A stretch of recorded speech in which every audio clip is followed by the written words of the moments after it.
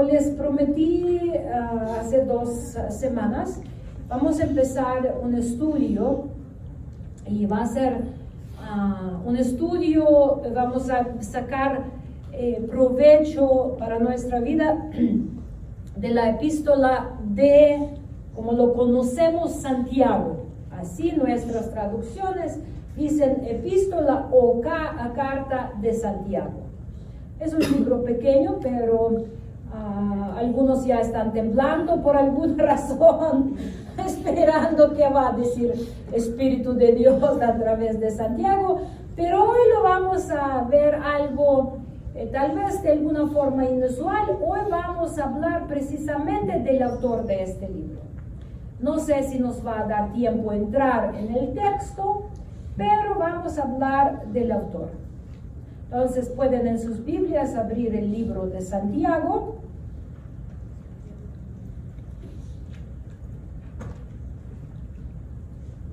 Y a ver, ¿quién quiere leer versículo 1 de capítulo 1 con la voz fuerte, con micrófono, esperando el micrófono, rapidito?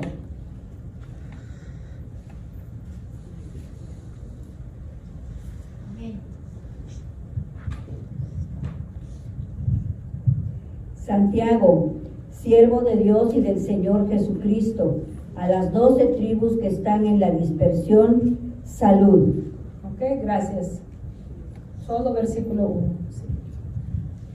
Bien, entonces, ¿cómo se presenta el autor de este libro? Como siervo de Dios. No, primero, ¿cómo se llama? Santiago. Así se presenta Santiago en las traducciones que manejamos.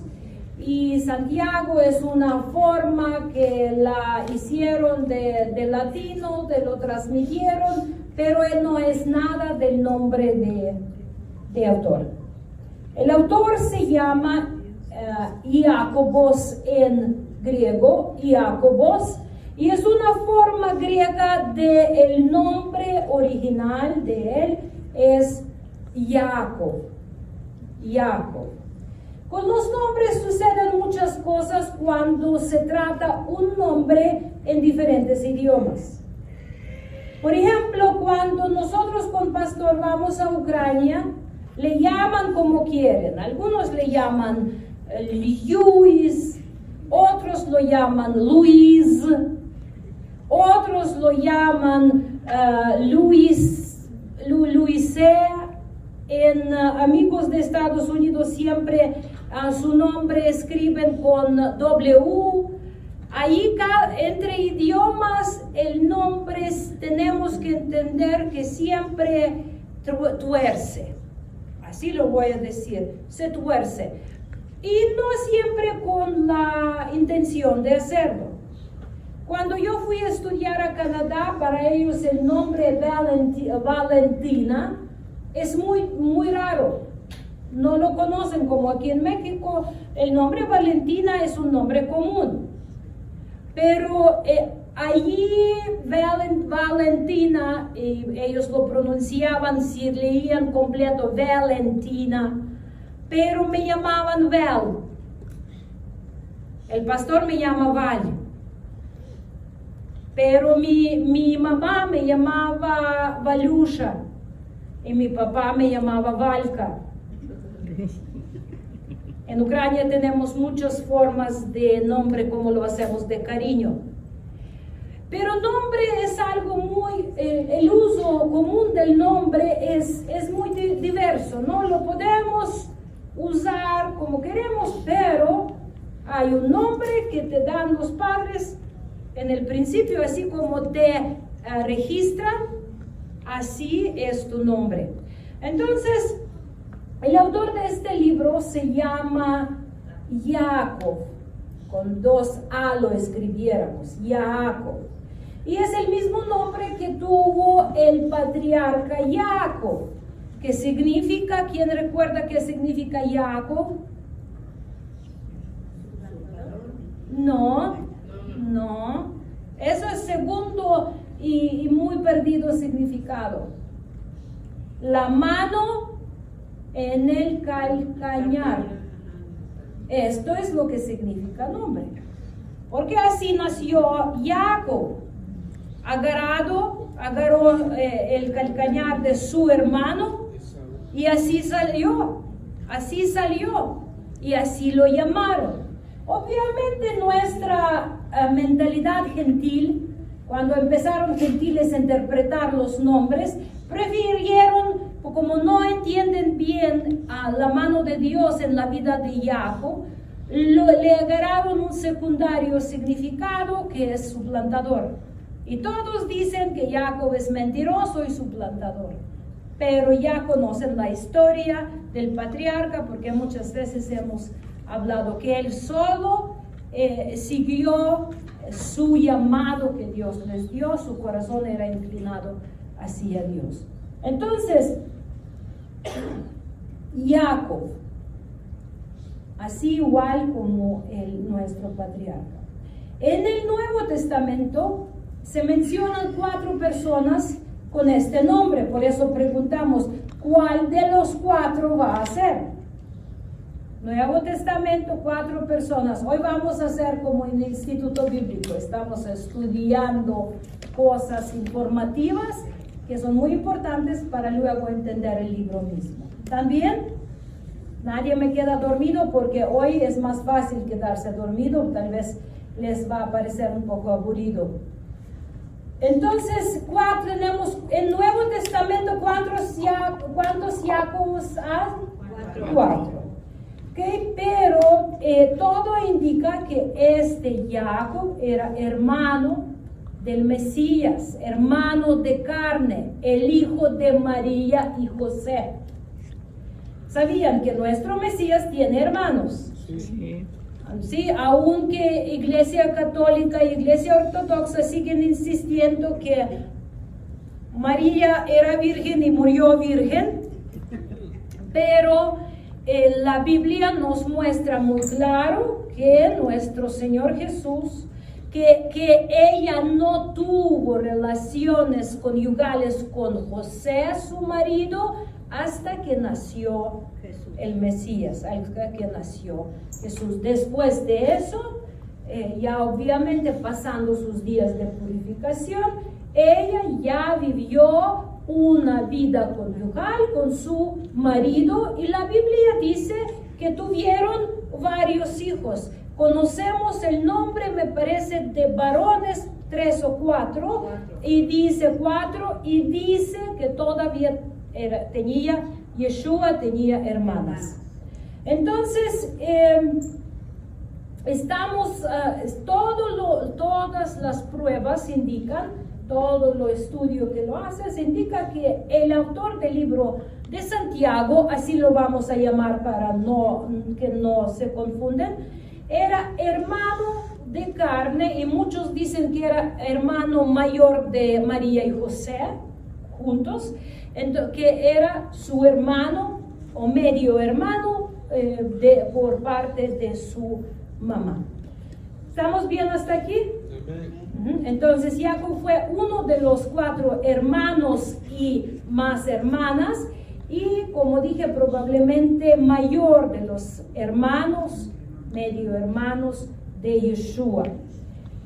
Y vamos a por ejemplo, Mateo 13:55, pueden apuntar, no lo buscan, solo escuchan, dice, ¿no es este el hijo de carpintero? Hablan de Mesías aquí. ¿No se llama su madre María y sus hermanos Jacobo, José, Simón y Judas? Y como estamos viendo que Jacob se nombra primero, que puede ser que él era el mayor de los medio hermanos de nuestro Mesías. Vamos a ver un poquito el desarrollo de fe de Jacob o de Jacob. Primero nos encontramos que él no creyó en que su hermano era Mesías. Imagínense, ¿cuántos de ustedes tienen hermanos mayores? Entonces imagínense que ustedes nacen y ya hay un hermano ante ustedes, y de repente como que hay rumores que es Mesías. ¿Cómo se sentían ustedes a ese hermano? ¿Qué te pasa, no? ¿Qué te pasa? Seríamos así hasta burlar, ¿no? Porque pues por ignorancia, por carnalidad. En el Evangelio de Juan capítulo 7, versículo 2 al 5, dice: estaba cerca la fiesta de los tabernáculos y le dijeron sus hermanos, a Mesías, le dijeron sus hermanos: sal de aquí y vete a Judía para que también tus discípulos vean las obras que haces. Le estaban burlando. Porque ninguno que procura darse a conocer hace algo en secreto. Como en casa habían rumores que eran Mesías, ellos empezaron como que burlarse de él, ¿no? Yo creo segura que cada uno así lo haríamos de esa forma. Dice: si estas cosas haces, manifiéstate al mundo. Porque ni aún sus hermanos creían en él, dice versículo 5 muy claramente. Entonces, como no creían en él, ¿qué hacían? Se burlaban. Ay, vete y muestra qué tipo de Mesías eres, o haz tus obras, o que tus discípulos. Y le estaban, y yo creo que, me imagino que esa no era la única vez que le hacían ese bullying, prácticamente. Entonces, estamos viendo que Jacob no creía en Yeshua como Mesías y le desafiaba, le burlaba y etc. Luego, algo sucede muy interesante, porque 1 Corintios 15:7 apuntan sin buscar en la casa lo revisan. 1 Corintios 15:7 vemos algo muy interesante. Cuando el apóstol Pablo está hablando, contando sobre la resurrección de nuestro Mesías, en el concepto de que saduceos y todos sus adeptos de su secta no creían que existe tal cosa como resurrección, y empezaron a esparcir su enseñanza en las iglesias, y en dado caso vamos a iglesias de Corinto que eran influenciados por esta enseñanza.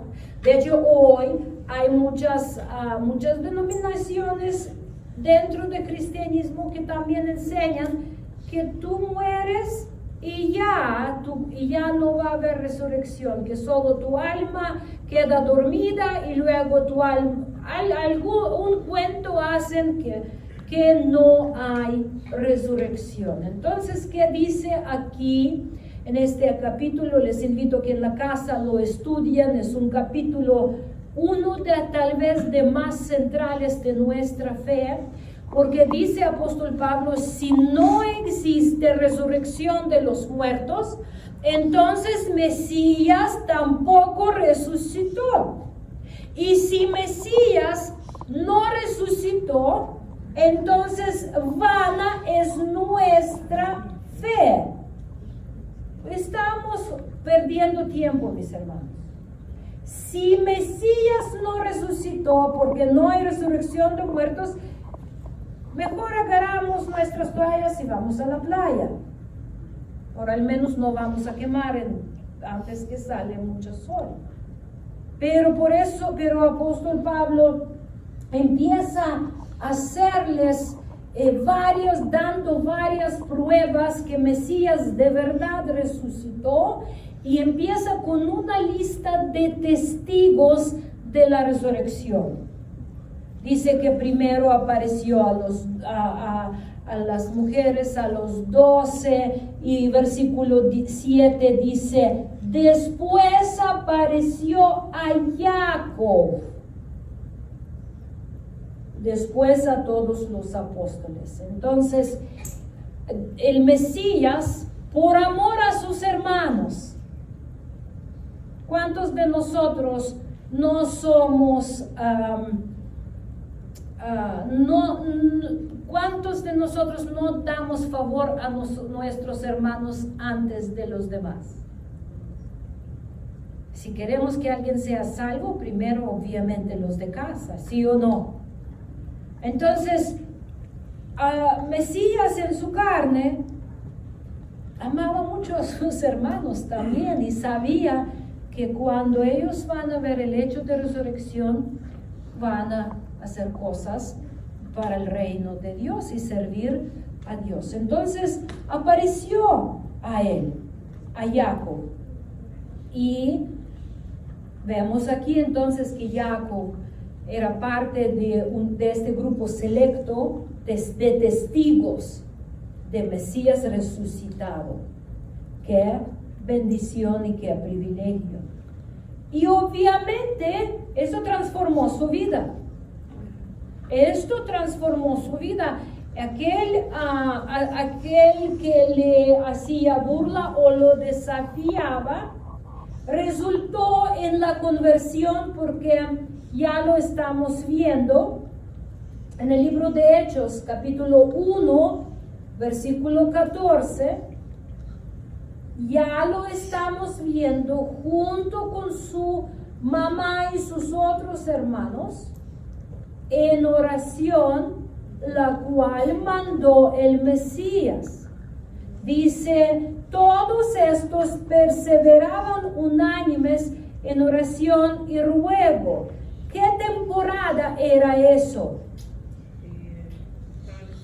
Estaban en la cuenta de Homer. Se estaba acercando, ya llegaba la fiesta de Shavuot, exactamente.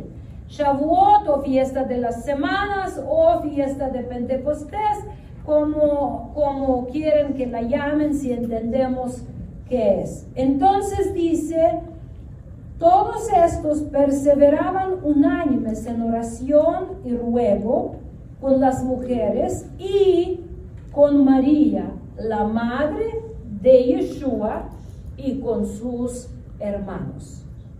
Ya es después que el Mesías resucitado apareció a sus hermanos, y a sus hermanos se formaron parte del grupo de fieles, los que esperaban la promesa del Padre. ¿Cuál era la promesa?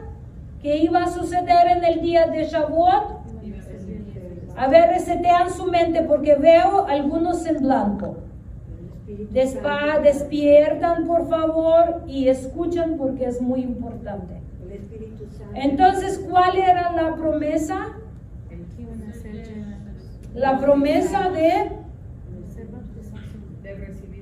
recibir al Espíritu Santo. Y decía recibirlo en poder. Porque Espíritu Santo dice, van a recibir el poder del Espíritu. Porque no significa que ellos no tenían Espíritu de Dios antes. ¿Cómo sabemos que ellos tenían Espíritu de Dios antes? Porque nadie, dice la palabra, puede reconocer a Mesías como Mesías, sino por Espíritu de Dios. Entonces, el comprobante del Espíritu de Dios sobre una persona es que esa persona cree en Mesías como Salvador y hace sus obras. Porque muchos dicen amén, amén y siguen haciendo las maldades. Y si tú les reprendes expones sus obras, van contra ti con todo, pero con todo, para destruirte y callar la verdad o apagar la luz. Porque tiniebla siempre busca hacer ¿qué? Apagar la luz. ¿Por qué? Para que no sean manifiestas sus obras las que hacen. Por eso muchas veces hasta literal, muchos pecados se practican de noche, cuando todos están dormidos y las luces están apagadas. Hay muchos pecados buscan hasta la oscuridad física. Si hablamos de nuestros centros nocturnos, como un ejemplo vívido del poder de oscuridad. Entonces, él ya está con sus hermanos y se encuentra entre los que reciben la promesa del Padre.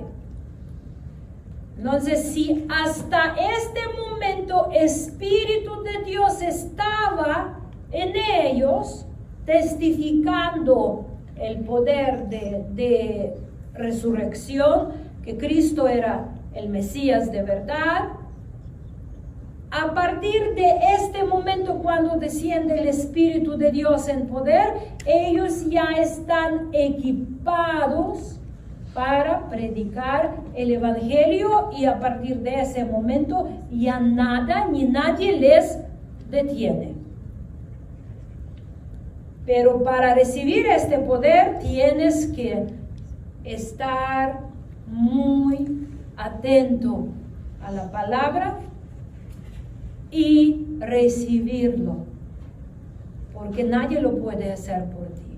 Muchos de nosotros no estamos firmes en el camino, aunque sabemos que el Mesías es Dios, que es verdadero Salvador, pero tambaleamos de un lado a otro, hacemos como una ola, de un lado a otro llenos de dudas.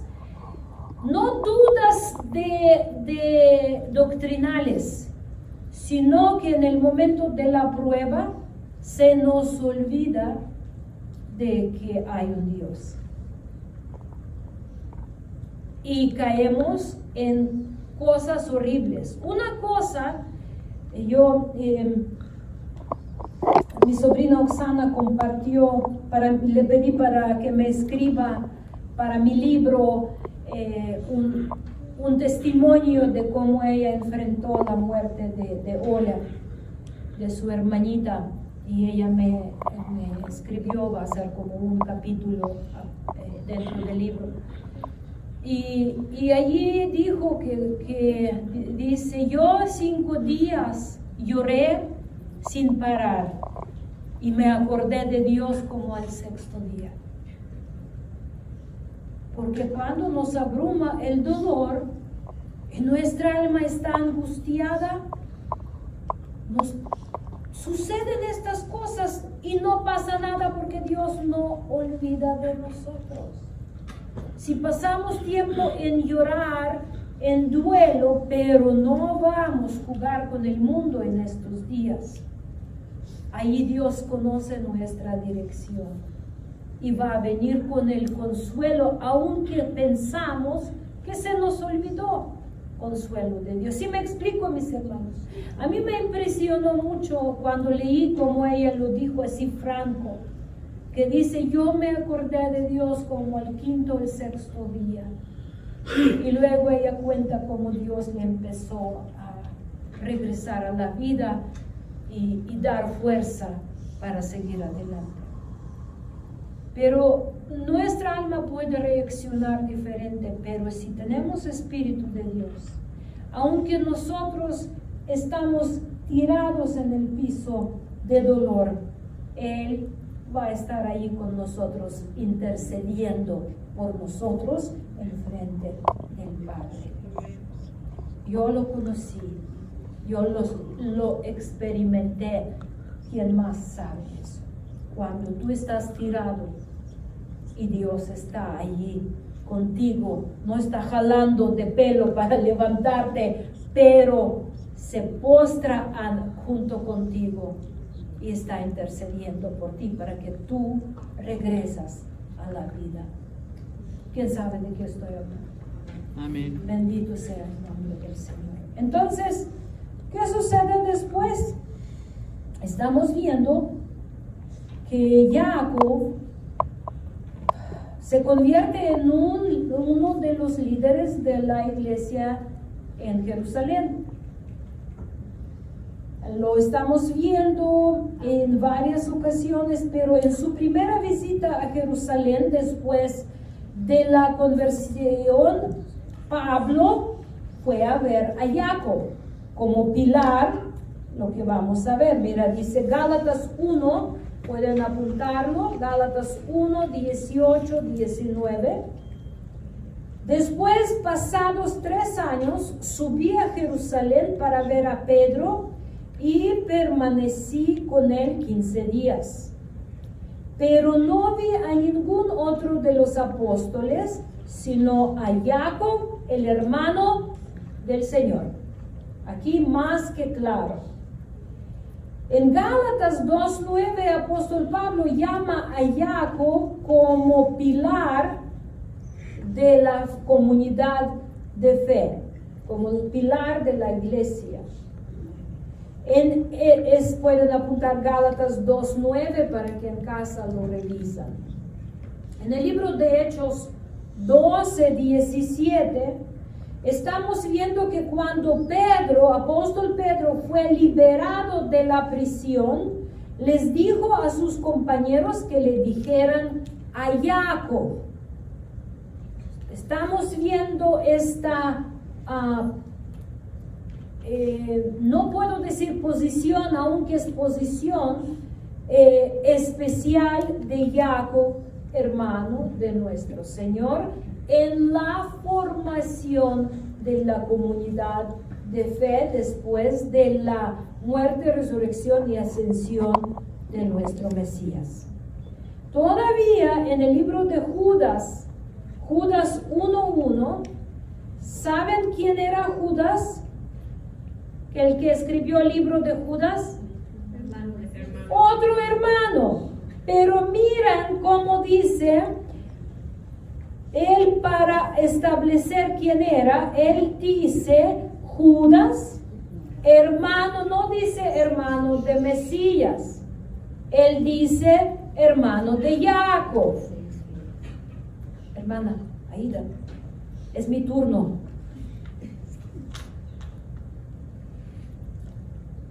Judas 1:1, él se presenta como hermano de Jacob. Judas solo tiene un capítulo, ahí no hay pierde. Entonces, no es difícil de encontrar. Entonces, mis hermanos, estamos viendo cómo una persona que era incrédula, una persona que tomó así como escéptico, así ya la identidad de Mesías, porque creció con él en la misma casa, después del testimonio de la resurrección, se convierte en una figura clave de la formación de la comunidad de fe en Mesías resucitado. En el famoso pasaje, el libro de Hechos 15, ¿quién recuerda qué pasó en Hechos 15? A ver, hermana Ida, usted aprende tantito, dar chance a los demás, por favor. Ya hablábamos de eso. Usted después de 50 años, obvio, ya lo sabe. En el libro de Hechos, capítulo 15, se nos describe un evento muy importante, lo que en la historia lo llaman primer concilio de la iglesia, pero lo llamamos nosotros concilio o consejo de Jerusalén, porque surgieron varias preguntas doctrinales y más práctica que doctrina en la comunidad de este tiempo. En especial, cómo ingresar a los creyentes que son de origen gentil, cómo ingresarlos a la comunidad de fe. ¿Qué tienen que hacer ellos para ser considerados como creyentes? Porque vinieron unos que les obligaban que les decían, ustedes no son salvos hasta que se circuncidan. O les decían, ustedes no son salvos hasta que pasan conversión a judaísmo. Eso es lo que significa que les exigían. Porque lo que llamaban circuncisión de Moisés, ni siquiera circuncisión el cual mandó Dios a Abraham. Porque ¿a quién dio mandamiento de circuncisión? Abraham. Y circuncisión de Moisés es algo, era extra Torah, porque que hacían, obligaban para convertirse en judaísmo. Entonces, cuando los empezaron a los gentiles obligar a convertirse en judaísmo, lo que hacen hoy los judaizantes, en Puebla hay una comunidad muy grande que hasta los que, y muchos van hasta allí para judaizarse, pasan todo proceso, hasta los nombres cambian a los nombres hebreos. Eso es, judaizarse es cambio de tu identidad y es un proceso que no tiene nada que ver con Torah ni con mandamientos de Dios. Entonces, cuando empezaron a imponer eso sobre la gente como nosotros, tú y yo, los que venimos de la descendencia gentil, les empezaron a obligar a judaizar. Y por eso la iglesia, en ese tiempo, comunidad de fe, llamaron a los pilares de fe para definir qué tienen que hacer la gente como nosotros cuando nos convertimos, cuando creemos en Mesías. Y eso muchas veces con pastores han estudiado ese capítulo, léenlo de nuevo. Entonces aquí estamos viendo que Jacob, el autor de nuestro libro, el cual vamos a estudiar, presidió sobre ese concilio. Él era una figura clave. Vemos, dice, y cuando ellos callaron, Jacob respondió diciendo, varones hermanos, oídme. Y él está abriendo explicando y llevando a la solución cómo se va a recibir a los gentiles en la comunidad de fe. ¿Estamos bien hasta aquí? Amén. Estamos tocando muchos temas, pero nosotros estamos enfocados en la figura de Jacob para que conozcamos al autor del libro, el cual vamos a estudiar. Para los que no saben rapidito cuáles eran 3 indicaciones o 3 requisitos para los gentiles, los que iban a ingresar. ¿Quién recuerda? ¿Cómo? No, precisamente. Apartarse de los ídolos. Fornicación. De fornicación, de ahogado y de sangre. No comer ahogado y sangre. Muy malas noticias para los que les gusta la moronga. Iba a decir moringa, moronga. Por eso me detuve, porque lo confundí entre moringa y moronga. Moringa tenemos en el patio, se está creciendo. Entonces, y dice, y los demás van a estar conociendo la vida de fe, van a estar conociendo, dice, porque van a seguir yendo cada Shabbat, tienen que ir a la sinagoga a estudiar a Moisés, dice. Ahí es el versículo con cual termina, y ahí se va a aprender la vida de fe. Pero para la salvación, para ser considerado como parte del pueblo de Dios, solo necesitas, dice, dejar estos pecados que son primera señal de la conversión. El que era adúltero ya no adúltera. El que el que iba a adorar a los ídolos, ya no va a adorar a los ídolos, ni los muertos. Aquí toda categoría, recuerdan, estábamos hace tiempo estudiando idolatría. el que no va a comer lo ofrecido a los ídolos. Por eso, aunque parece algo chistoso, ¿no? Ahorita se nos está acercando la temporada de los muertos, de la adoración a los muertos. Entonces, allí eran estas cosas que decimos que es pecado sexual,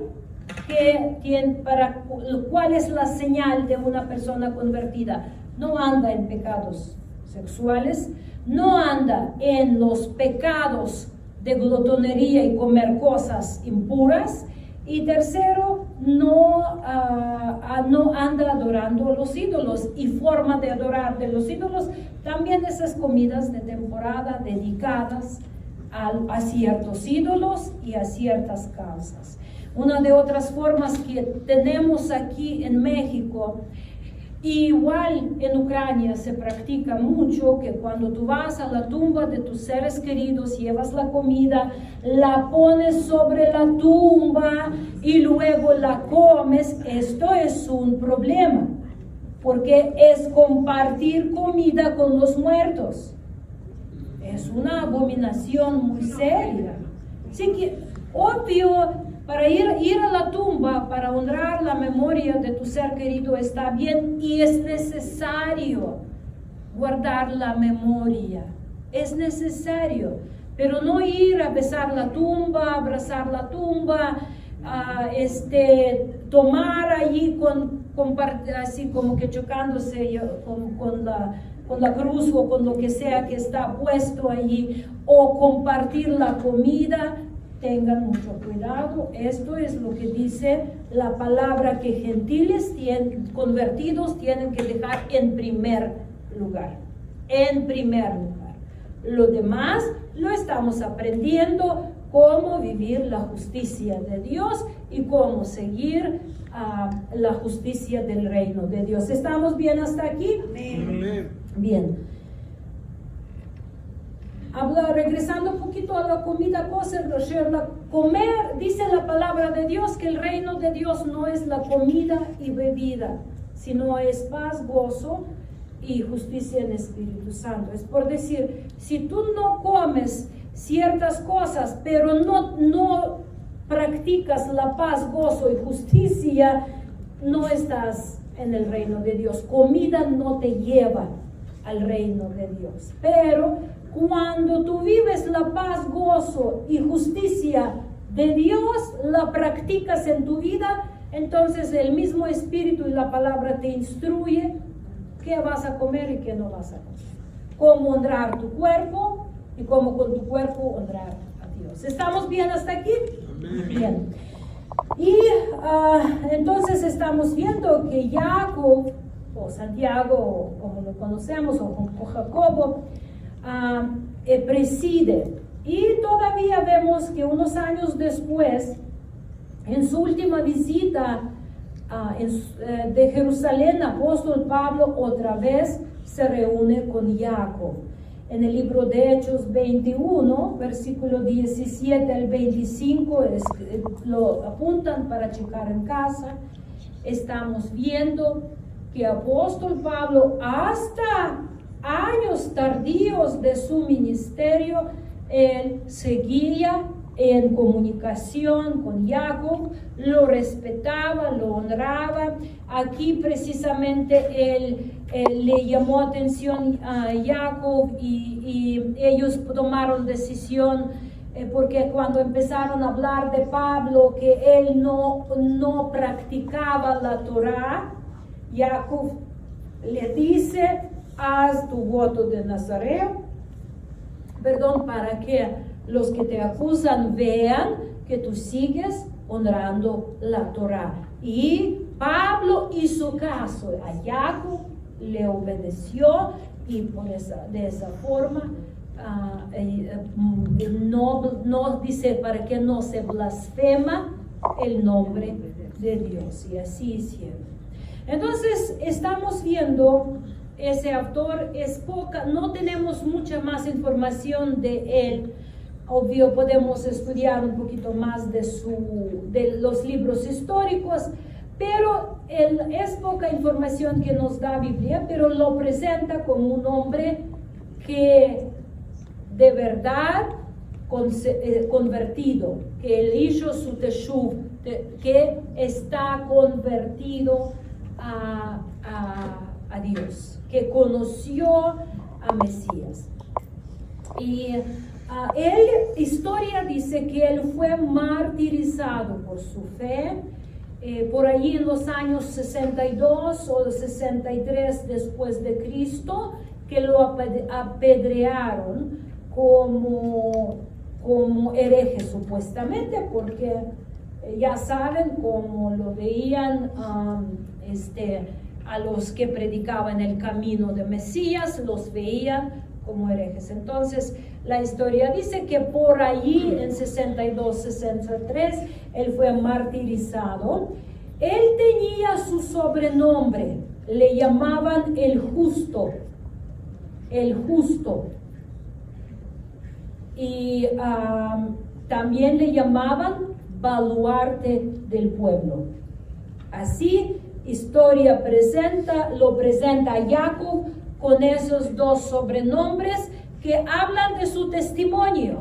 El justo, porque él siempre era muy serio de no apartarse de la Torah de Dios, y en el mismo tiempo él era la fuerza para el pueblo, para que el pueblo no pierda el camino, y que también con el crecimiento de gentiles no jalen a crear una nueva versión de fe, lo que a final de cuentas hicieron cuando se nos fueron primeras generaciones de los discípulos de Mesías, de estos pilares de fe. Esto es lo que sabemos de Santiago.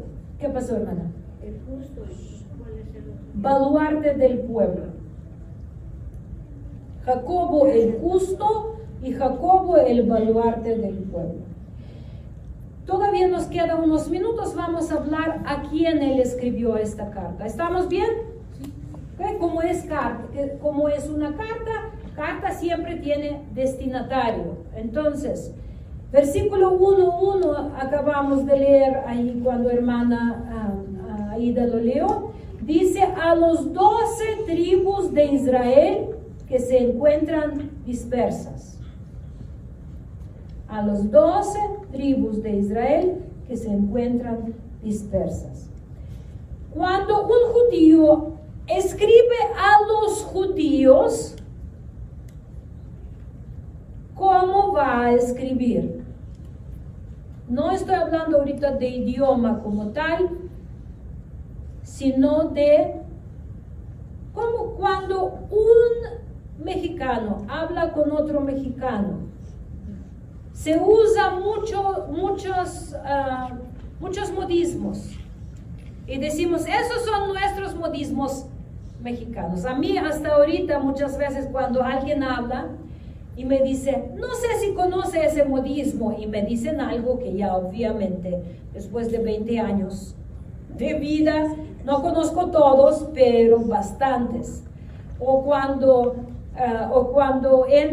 fui a ver a una doctora la semana pasada y me ve y dice, ¿habla español? Y yo le dije, poquito.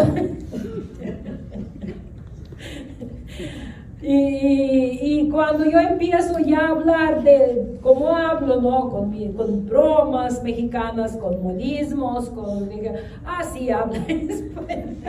¿Cuántos años tiene para en México hablar? Entonces,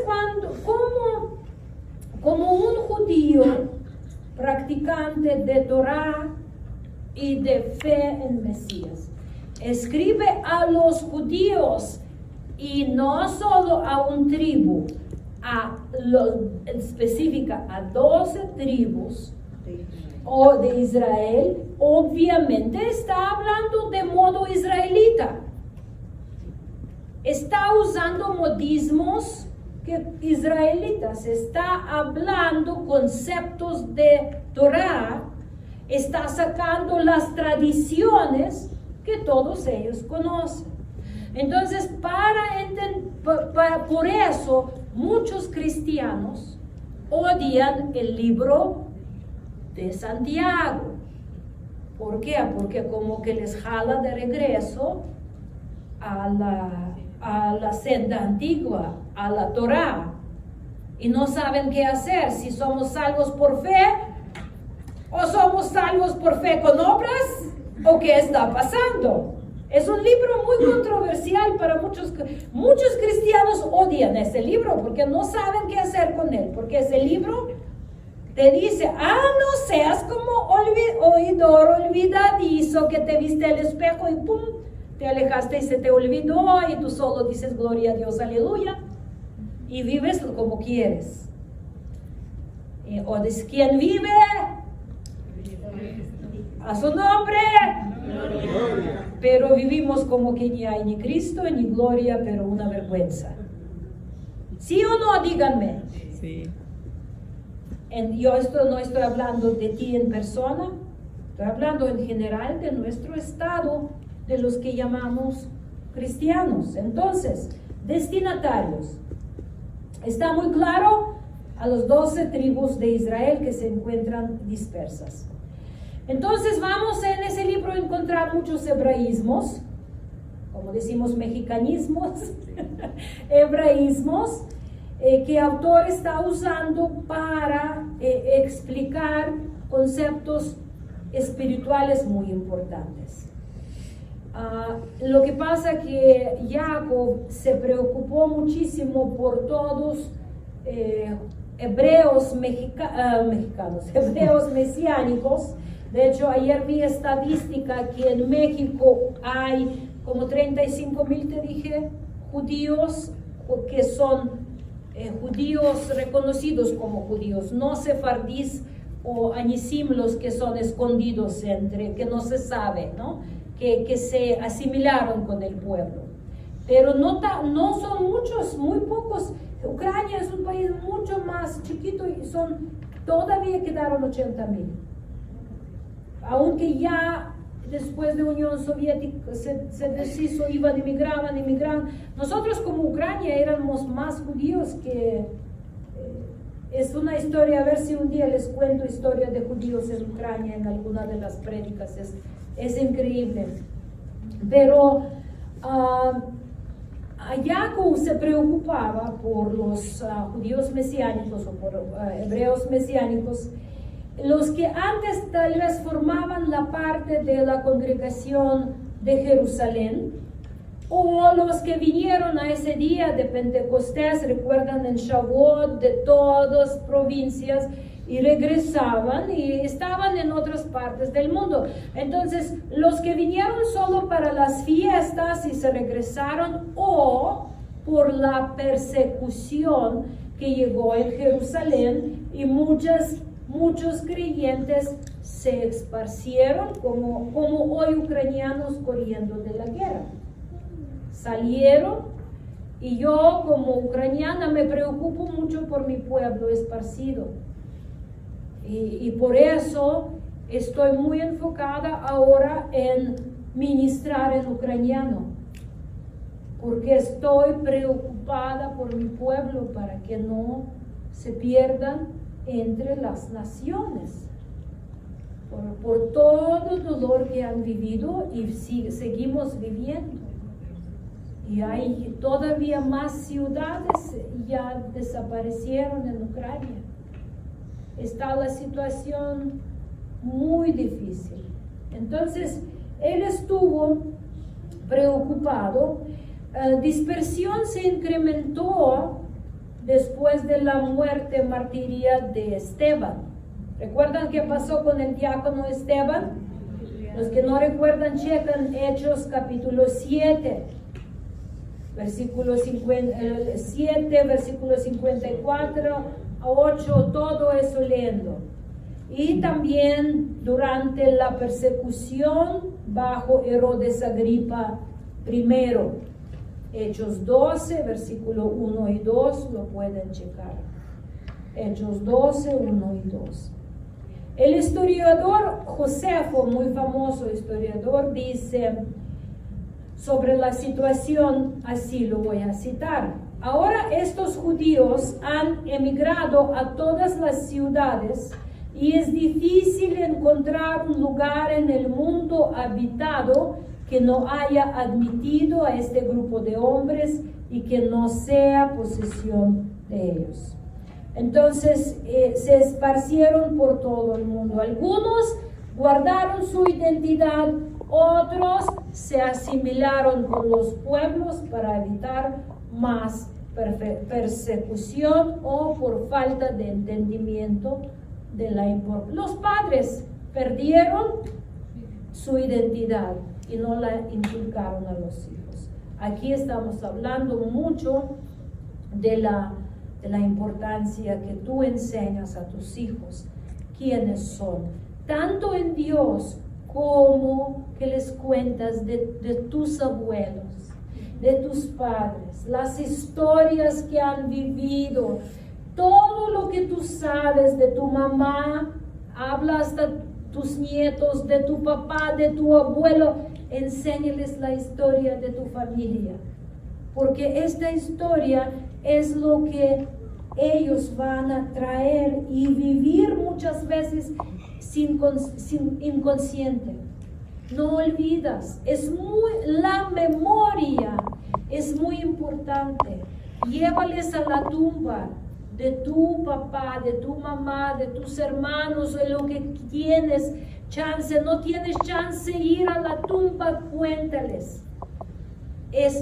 La memoria es muy importante para que quedemos siendo humanos, para que estemos, para que sepamos qué hay que evitar y qué hay que seguir. Es muy importante, donde lo saben ustedes cuentan, para que sus hijos más que, ¿saben? Que ahora de repente me surge una pregunta de la historia de mi familia y todavía pienso, ay, voy a preguntar a mi mamá. Y ya no hay a quien preguntar. Ya solo lo que absorbimos, con eso quedamos. Y a veces me habla mi hermana Ala y dice, ¿cómo era eso que nos contaba mi mamá? Y entre hermanos tratamos de juntar esos pedacitos y ya mucho perdimos. Retengan más que pueden y pasen a sus hijos, para que sus hijos sepan que tienen raíces, que tienen historia, que no vinieron a ese mundo solo como que alguien les tiró en medio de nada y salieron. Honran a sus padres. Y honrar a sus padres es recordar y pasar la historia a sus hijos. ¿Está bien hasta aquí? Bien. Entonces, ya entendimos a quién está escrito. Propósito del libro, rápido. Tercero, lo que quiero ver hoy es propósito. La carta tiene un propósito muy específico: fortalecer en fe a los primeros creyentes mesiánicos. Porque como estaban esparcidos en el mundo y no en todos lados les permitían entrar en sinagogas, como en todos lados ellos tenían alguien que les instruye de la fe, que les fortalece en la fe de Mesías, muchos perdían la fe en Mesías y regresaban a judaísmo tradicional, ortodoxo. ¿Por qué? Porque les hacían bullying, les perseguían, les espantaban, les presionaban, y muchos, por no estar recibiendo la palabra de fortalecerse, perdían la fe o por miedo regresaban de donde salieron. Por eso Jacob, siendo pilar de la fe, estaba muy preocupado por los creyentes mesiánicos en el mundo. ¿Ok? También la amenaza era para muchos creyentes adoptar el modo de vivir gentil. Por eso allí lo vamos a estar viendo como él advierte de no regresar tanto a judaísmo como no caer en los caminos de gentiles. ¿Ok? Y número 4, ambiente histórico geográfico. ¿Qué sucedía? Cuando Jacob escribió la carta, los mesiánicos todavía se reunían en las sinagogas. Ellos iban junto con los ortodoxos. Y todavía no tenían pastores, todavía no tenían ancianos que los instruían en el camino de Mesías. Entonces vivían así como que dentro de dos mundos. Ya en las sinagogas prácticamente ellos eran extraños, porque en sinagogas hablaban de Mesías que no vino y ellos ya sabían que vino, pero en el mismo tiempo querían seguir recibiendo la instrucción. Y mientras ya no les empezaron a sacar a fuerzas de sinagogas, ellos seguían yendo a las sinagogas. Y otro problema surgió que impulsó a estar saliendo de sinagogas, es que empezaron a convertirse gentiles.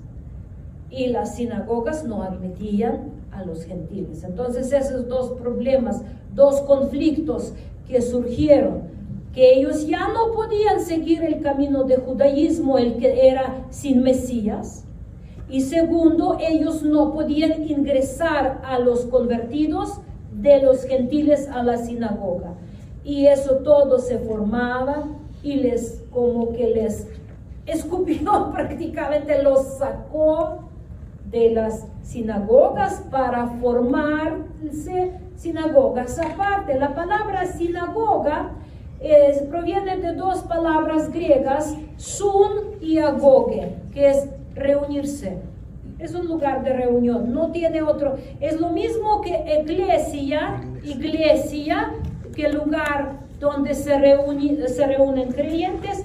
Lo mismo sinagoga, ni siquiera es la palabra hebrea, es una palabra griega que significa lugar donde la gente se reúne. Entonces, todo eso nos indica que la carta estaba escrita por allí en los años 45-48 antes de Cristo, porque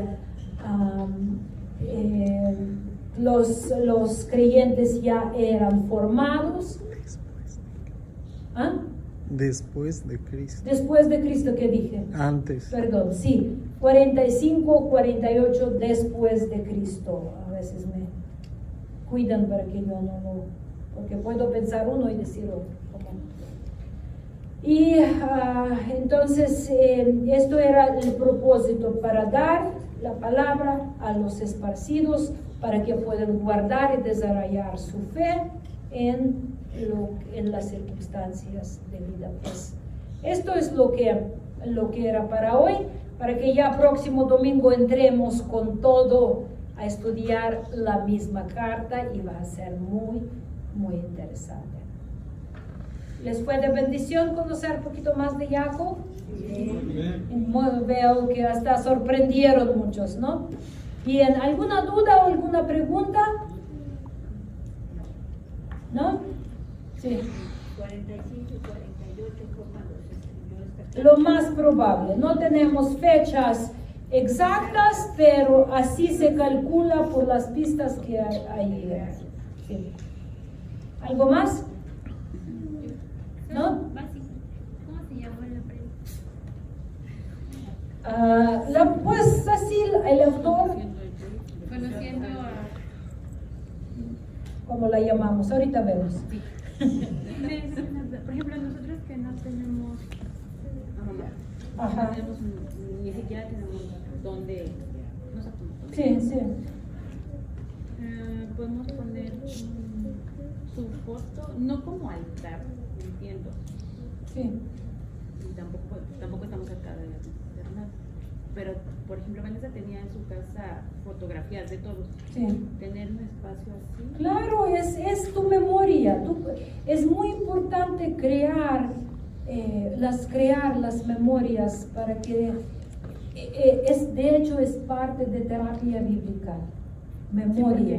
Yo decía, no, pero No ellos es también parte. honraban. Nosotros en la casa anterior tuvimos, todavía no colgamos, pero retratos de los papás. A mí me encanta tener, para mí es sanador. Y no les adoras y no les hablas, pero es como que parte de tu identidad, es quien eres.